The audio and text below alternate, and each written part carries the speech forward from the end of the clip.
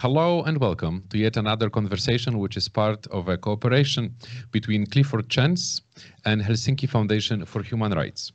The project is titled New Technology, New Justice and New Questions. And today we are discussing yet another topic. But first of all, I am joined by Kate Scott from the London office of Clifford. Hello, Kate. Hello, good to be here. And Konrad Siemaszko, who is a lawyer at the Helsinki Foundation. Hello, Konrad. Hi. We have a very easy topic today, which is AI and learning algorithms, whether they are an opportunity or not for the judiciary system. An easy one, don't you think so? I certainly think there's lots to discuss. So I wanted basically, to start off with trying to portray, because trying to for the people who are watching us to disconnect, let's say, technology, which is changing the whole legal system. I would say, from my perspective, still rather slowly. For past decade, maybe 12, 14 years, especially, for example, when it comes to freedom of information, when it comes to later open data, but this is just one part of it. There is other aspects, especially when we think about judiciary system, from how this layer of going digital is different from AI and learning algorithms, especially that learning algorithms need something to learn from. So I'm really curious to understand what they are trying to learn from. When with this easy question, I would like, Kate, maybe if you could start. So I do think there is a difference between AI and law going digital. So certainly what we've seen over the last 10 years is really technology both streamlining the delivery of legal services, and in parallel, we've seen our clients adopt technology. They now expect their advice to be delivered electronically, and indeed they're innovating in the way in which they contract with other parties. So, for example, many contracts are now digitized. We're seeing smart contracts being adopted. We're seeing contracts on blockchain. And so I think there's been a lot of change over the last 10 years. Very much driven by client need. I think technology has so many benefits. It's delivering efficiencies. It's enabling us to do things more quickly. It's enabling us to identify errors. And I can certainly give you some examples of that if that would be helpful. Yes, please. I think the next. Okay. Well, I mean, to give you some examples. So I'm a litigator and I practice mainly handling high value civil claims in the English High Court. And so what we've seen really is technology change the way in which we manage those cases. So, for example, we might use technology as a research tool. All legal materials are now online, whether that's judgments or textbooks. We're seeing AI being used in that context to enhance the functionality of search engines. So to classify results, to get to the most relevant information quickly. And actually now what we're seeing is overlaying that is a number of innovators bringing analytics capabilities to that research. So we now have products which are litigation trackers, which can tell you which judges have heard which cases and how they've ruled, what decisions they've reached. There are products like Solomonic, which effectively apply further data analytics to those judgments. I think one of the problems we're seeing around that is that actually to make those services work particularly well, you need a large volume of historic data. And so we've got the data for more recent claims, but actually we haven't got the data going back into time. In the US, there are better examples of that. So, I mean, that's just one example. And another one is how we use technology to deliver services. So that might be using technology to cut down repetitive tasks or to cut down on manual inputs. Perhaps the best known example in the litigation space is e-discovery, where we use technology to undertake document review. And we've seen huge advances over the last couple of years in using AI technology to get to the most relevant materials for any claim more quickly. So actually, we've now got products that you can identify a relevant document to them, and they will identify not only other documents within an email chain, for example, but they will look at the keywords, the language used in that document, and it will proactively suggest others that actually might also be relevant. That brings huge time savings, and it also makes sure that you get to the key documents more quickly. So just two examples there really of changes. Great, thank you. Konrad, if I may, well, go back to my initial question, but if you could focus on maybe what doesn't work in this going digital and when it comes to judiciary system. Yes, I'd like to start with saying that I love the way that we started by giving these concrete examples, as very often when we discuss AI, we tend to think of some, very specific things like some shiny humanoid robots or some general artificial intelligence, whereas these very concrete examples that Keith gave, really already shows us that we are talking about sometimes very down-to-earth thing that we use every day. If we're using spam filter on email, then most likely we're using AI. When you're using some automatic translation, that we're using AI, or autocomplete, most likely we're using AI. So this is something that we might be dealing every day. It's not that we are looking for some super intelligence and some terminators when we're talking about this. So it's very good that it started from this foot. And definitely there's a lot of applications that are fairly safe when it comes to, and very beneficial, as been mentioned, when it comes to using judiciary and justice systems more general. So this natural language processing that help to sort of enhance the research capabilities and process text, or also automatic transcriptions. These are applications that may help to reduce tasks that are tiring, and at the same time they're not very risky when it comes to social values, human rights, and everything we value. But of course, there are certain other applications, uses of AI algorithms in judiciary that are much more problematic on the other side of spectrum. And again, I'd like to emphasize here that they're also already in use in many countries. So we're talking about some concrete cases that we have some data how they work in practice, and what works there and what doesn't work.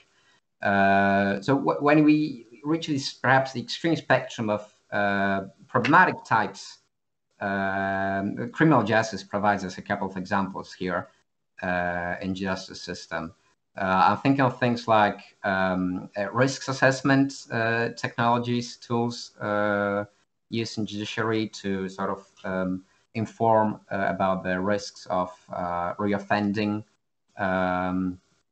Perhaps the most well-known case is the Compass software used in certain states in US that informs the judge what is the probability that the defendant or the suspect will reoffend.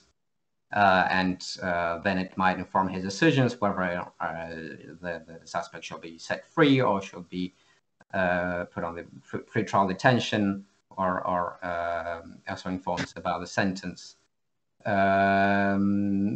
This is perhaps the one of the well-known cases that indicates significant risks, and the risks comes from how it operates in practice. There have been a lot of research and data showing that this kind of predictive models based on historic data often tend to be very biased, especially against racialized communities or also against women.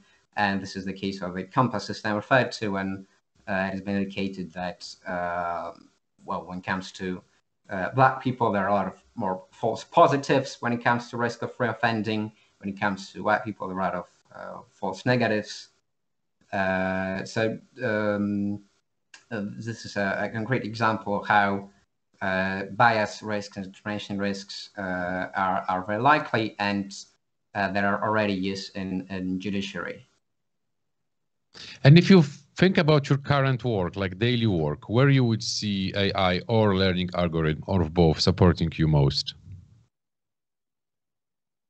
Yeah, so in my day-to-day work, in fact, we're using sort of AI and technology on a daily basis. So I think the examples I gave were principally examples focused on processes. So where AI can streamline a process. And actually, I think one of the things that's often overlooked by AI is we worry about it making mistakes. But actually, humans in our day-to-day work, we make mistakes. We overlook a document, and actually, what AI can do is reduce that error rate significantly. So I think we'll see more of that, and the amount of investment in AI by legal technology firms who are innovating, I think, means that we'll get better and better products over time. What I think is interesting is actually, will we start to see, so rather than AI being adopted by the private sector, so obviously I defend corporates principally or help them bring claims through the courts, but will we see the actual judicial system itself adopt AI to try and bring kind of broader benefits, societal benefits or efficiencies? And I think there we've got a sliding scale of use cases. So AI might be used as a way of streamlining the court processes. It might be, for example, used for the allocation of judges. And we're seeing that already. That's happening in Georgia, in Poland, in Serbia, and Slovakia. And again, I think just a simple use case like that, you need to think about sort of how you code that. Do you mirror the human methodology for allocating judges that might have a specialist judge handle a specialist matter? Do you take into account judges' other commitments, what might already be in their diary? Or actually, do you try and remove all of that? Do you have something that is much more random? And what do the users of a court system want? You might reach a different decision for commercial cases that you might reach for criminal cases. All of those decisions are really based on trust. You then move up the sliding scale, and you might have AI effectively helping judges make preliminary assessments or filter cases. Essentially, you're kind of moving up the decision-making spectrum. And I thought there was some quite interesting research being done in the Netherlands, where I understand that in the District Court of East Brabant, they're looking at using AI for determining traffic violation cases. What do you do there? Actually, what if the party doesn't accept the decision? Do they have a right of appeal? Right the way through, perhaps the most extensive use that we're seeing is in China, where lots of cases are now being decided by internet courts with, they're having great success in reducing the duration of cases to things like 40 days. They're handling all sorts of disputes, IP, e-commerce, financial disputes. And I understand that 98% of those rulings are accepted without appeal. But, you have to then work through some of the ethical issues associated with that. Will we ever see that in Europe? I'm less sure. But it's certainly interesting watching the innovation throughout the judiciary, throughout the world. Yeah, so here is a very important fact, and it's not even discussing AI within judiciary system by AI in general, which is how do we encode values in it, or like some kind of a moral code. Because before we take a slight detour of talking about technology, I just wanted to refer we also see this internet court proceedings, for example, in Belarus, where the situation is that right now, a lot of people, especially activists and journalists, is in prison. And they are basically, the court proceedings for them looks like this, that they are in their cell, and there is a laptop in front of them, and they see a judge, and the witnesses who testify against them are usually masked. policemen whose even real names are changed and apparently known only to court for anonymity purposes. And this is how they are being later on sentenced. And this is actually, I wouldn't say this is, of course, AI. This is technology used to imitate the legal process. But I wanted to ask you both, like, what kind of elements of judiciary system would you leave analog or physical? Like, would you eliminate going into court and, or just keep it as like we are talking right now, you know, there is 3 windows here, you know, this side, that side, and a judge, and then, you know, half an hour and we are done. But I'm just curious about what, I think we are past that phase that everything going digital makes us like, yay, this is what we want. For some time, we start to see that certain things were done on purpose like this, and just making them digital for the sake of making digital is not working. So what would you keep, analog or physical? Maybe Konrad, you will start now. Yes.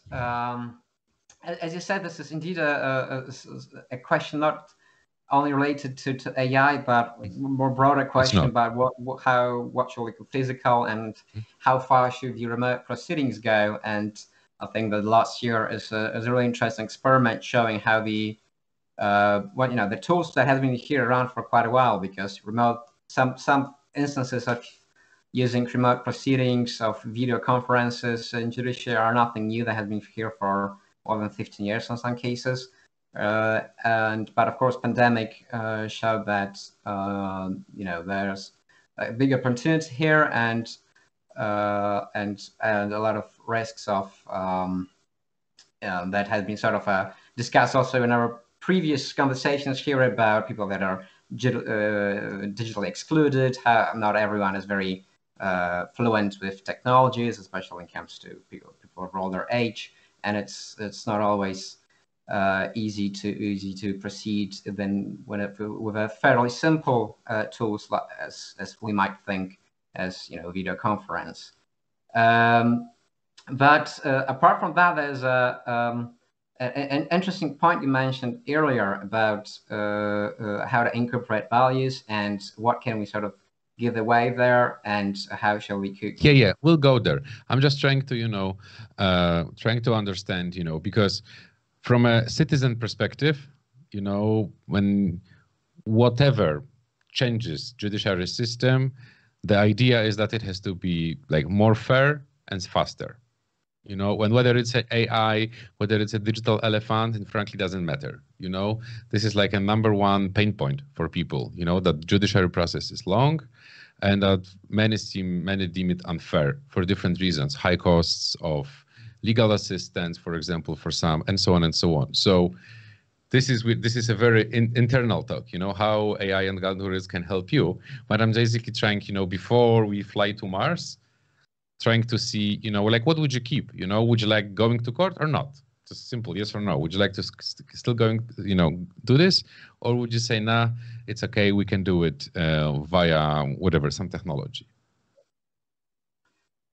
Well, yeah, there's an important principle in general in judicial proceedings of a principle of immediacy, that in general, the court should has a direct contact with evidence as far as possible, as not everything can be presented online or via these kind of tools. I'll definitely keep that possibility for many cases, but I think there's also much more room for going much more digital when it comes to access to files, when it comes to electronic pleadings. There has been some developments here, but there's definitely room for more. Okay. Yeah.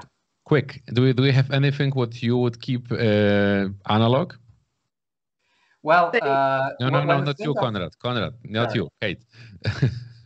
So the one thing I would keep analog is, I think it's really important to be able to appeal to a human. So I think if you're using AI earlier in the process to deliver efficiencies, that may be acceptable. and ultimately it's a value judgment. But I think that people want their ultimate determination to be made by a person. I think, particularly in criminal cases. So that for me is a red line. I think before that, ultimately, as I say, it's value judgment. So I think I would have said prior to the pandemic, so prior to, for example, many of the cases that we handle being heard, online, remotely, I would have said that actually that sort of justice had many disadvantages. I think I would have worried about, for example, a witness being able to get across his recollections or her recollections to a judge when you're having to do it through a screen. But I have to say, I think we do adapt. Over the pandemic, the English courts have remained open. They have felt that it's very important not to postpone cases. And so many cases, whether those are individual hearings on particular issues or ultimately trials, have taken place online. And actually what we've discovered is there's many collateral benefits of that. So my worry about a witness being able to get across their point, one of the real advantages for judges is that actually they're very much, if you like, closer to the witness because they can see them on a screen and they can see their faces clearly. They're not set at a distance. The witness might be in their home environment. They might be very much more relaxed than actually if they were in a formal courtroom. And so ultimately, I think on any use case, you have to weigh up the pros and cons and see what works. Of course. Okay, great. Thank you. So going back to our AI, because I wanted to focus, right now on different parts of the judiciary process where it could help you. Kate would keep the final appeal to human, maybe final, which is, I think, really important in terms of trying to understand which elements we are trying to digitalize more. From your first answer, Kate, what you were describing and the ideas you gave us, that, as you said, that was a lot around processes. So I don't know, speeding up the client work, speeding up data processing, document processing, and so on and so on. So that's one thing, because AI and learning algorithms, they need data, and either it's existing data or it's user-generated data. And the bigger the volume of data, of course, then technically there is more to learn from. So I'm just trying to, for example, would you apply AI or learning algorithm to, let's say, lawmaking process? So the legislative process? Yes, legislative, yes. See, I mean, for me, with any AI use case, you need to start with the issue of trust. And I think if you're going to apply AI, what you need to have is sufficient data. It needs to have been coded in a way to make decisions, and it needs to remain something that is trusted by the users of that process. So, I mean, certainly I think there is a role for data in the lawmaking process. For example, if you can see that there is a growing issue or the law doesn't cater for a particular scenario, I think if lawmakers can have that information, they can identify the problem, the scale of the problem, and then hopefully respond better. But would you ever want to have a scenario whereby, for example, there was a new criminal activity, and without any human intervention, lawmakers would decide to apply regulation or indeed criminal offences in that space? That I am less sure about. To do that, I think we'd have to have quite a lot of confidence in the way the AI was making its decisions and indeed how it had been coded and who had coded it. Konrad, if I may jump into something different slightly, but what part, let's say there is an existing algorithm, would you make it the way it works public or not? I think it depends where it is used. Definitely in public sphere, that's important public information. In private sphere, I understand it might be, it might be a trade secret, might be commercial data, commercial information. But if it's making significant decisions affecting people's lives, I think there's definitely public interest in knowing how it works, especially knowing that there's this kind of automation bias that we tend to view the algorithms as perhaps being the more reliable, as the objective, and making automatic decisions. So not having the same errors as we do. But it's crucial to remember that the whole design of algorithm involves a lot of human decisions, about the design of it, and that affects the final outcome. So information about when it's used for public decisions, especially that affects, or other decisions that affect people's life, yes, I believe that might be public information. And of course, there are many cases also in Poland where organizations try to access this kind of information.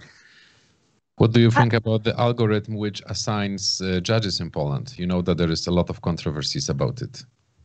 Yes, precisely. And there's an ongoing proceeding on the trying to get access to this source code launched by Watchdog Poland organization and the Siemaszko Foundation, where we also, as foundation, joined the proceedings.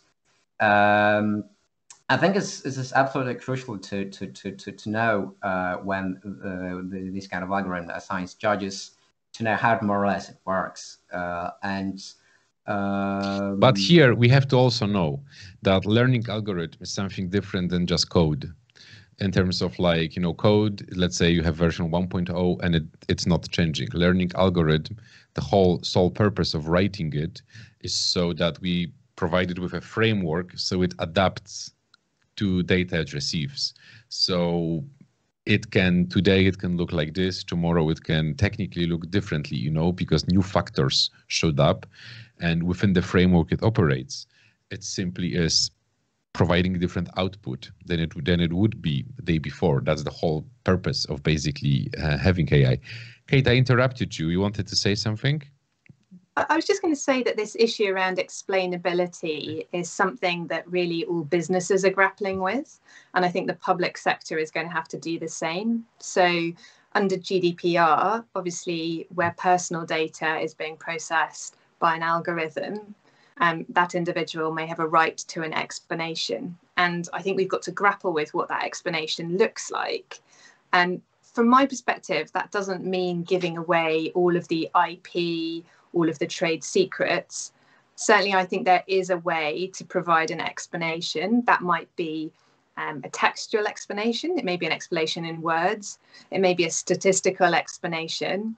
And actually, there's a lot of innovation being undertaken, for example, in the fintech sector, about how those explanations are provided and in what form, and whether that is GDPR compliant or not. But I think it is doable. And when we're talking about judicial decision making and that using AI, I do think it's important that enough information is provided. So, for example, that might be, in your example, understanding the factors in the decision making. It might be by looking at a sample input and seeing what the sample output would be. And really, one of the reasons why I think that's so important is the trust issue that I mentioned earlier. I think that we are not yet at a point where the public has confidence in AI always making the right decision. There's obviously been some well-publicized examples of where that's gone wrong, and I think enhancing trust means providing some of that information, something by way of an explanation. The real issue is how much. Konrad, what would you say is the biggest myth with which adoption of AI in judiciary system we have to fight with? If I had to choose one. Oh, there is more. Great. Well, yes. Yeah, I think that I can name, well, at the start, at least two. One is sort of referring to what you mentioned just before. There's this idea of the black box, that you can't really open some algorithms as they're too complex because they operate through neural networks and we don't really know how it happens. It is kind of true that it is hard to sort of look inside. But sometimes it's also used as a sort of excuse not to get there. And often we sort of name, we call AI systems that are fairly simple and counsel-statistical methods, and the sort of myth allows to think of it as a input-output box, and without opening a look at that, there's a lot of decisions inside that are made, and someone made these decisions, so we should not sort of alienate and look at it as unexplainable. So there's a wonderful text about that, saying that opacity is often more of a political choice than only a technical issues, especially that often this is not only about technical issues, but there are other excuses used to not to inform about it as trade secrets or saying that it's just government business. So this is one perhaps one myth. Another one is related. Okay, but quick. Yeah, another one is sort of I already mentioned, so very quick. It's that it's a machine. It's not what it does, and it applies objectively. And here there are a lot of examples showing that if we feed it with biased data, it will produce biased results. But it's not just this. There are also a lot of choices about in between what you do with this data, what kind of indicators you choose. So it's not objective per se. Awesome. Yeah, I'd agree with that. I mean, I think the issue of the sort of data cleanliness is one key factor. So, and a piece of AI really is only as good as the data which feeds it. So if you take data that, for example, as it might have been obtained from unlawful sources, or you take the wrong data, then the AI can't improve that position. So you're sort of stuck with the results. The second issue is obviously the issue that Konrad's flagged up, which is inherently when coding any AI, whoever is doing that coding needs to be very careful not to import their own biases, or indeed to have sufficiently thought round some of the issues so that there are no unintended consequences. I mean, a real life example of that, not in the court system, are some cases that are going through the Italian court system. So cases involving the use of AI by Deliveroo, a food delivery company. And what's interesting there is that the case has been brought by a group of claimants who effectively want to verify how Deliveroo's AI is working and the factors that lead to the allocation of particular jobs. The concern that they've raised is that the AI is not sufficient to be able to distinguish between Deliveroo drivers who may not be working hard enough, maybe declining jobs, and those that are actually working part-time because of, for example, childcare responsibilities or other jobs that they have. And so the allegation is that AI discriminatory in the way in which it's allocating new jobs to new delivery drivers. What I think that shows for me is that part of the explanations process is really flagging up and allowing an opportunity for the law to test, how AI is working and whether it is applying its decisions, making its decisions in a way that is lawful. So explanations have a key role in really identifying issues or identifying potential grounds for challenge. And I actually don't think we should be afraid of that. I think that is the right thing to do. Only if we check and challenge can we assure that actually the AI is working as we all intended. And nowhere is that more acute than in the courts, where you're dealing with either very significant issues of parties' legal rights and obligations, and certainly in the criminal court, you're dealing with issues about people's human rights, whether they're going to be prosecuted, found guilty or not. And it's absolutely right that we should check and challenge any technology that is used to check it's working how we expect. Great, thank you. My final question, which was slightly already answered, Kate, and it's only going to go to Kate, sorry, Konrad, which is like, what is the one thing which is like makes you really excited about the use of AI in the judiciary system? which we think about it. You know, we discussed negative sides and what to do to protect it. So I'm just curious, like, what makes you really excited about it?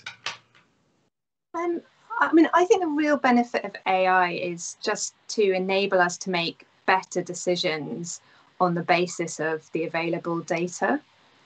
So, I mean, I think that will AI fundamentally change the way in which the courts operate?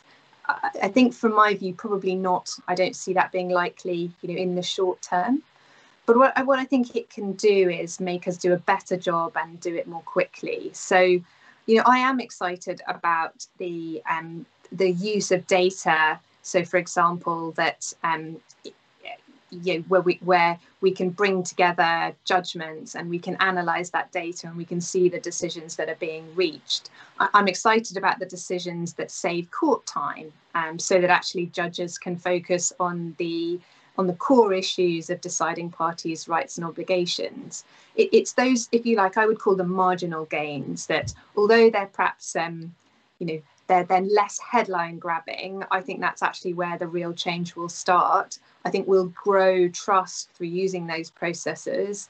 And actually, as AI technology develops, as we inbuild all the checks and challenges that I was talking about, and trust develops, we may be able to use them for more experimental, more innovative use cases. Thank you very much. It's not an easy topic to discuss. We've covered it from many different angles here today. I would like to thank our speakers. Kate, thank you very much. Konrad, thank you very much. And to those who are watching this was another conversation in a joint project by Clifford Chance and Helsinki Foundation for Human Rights.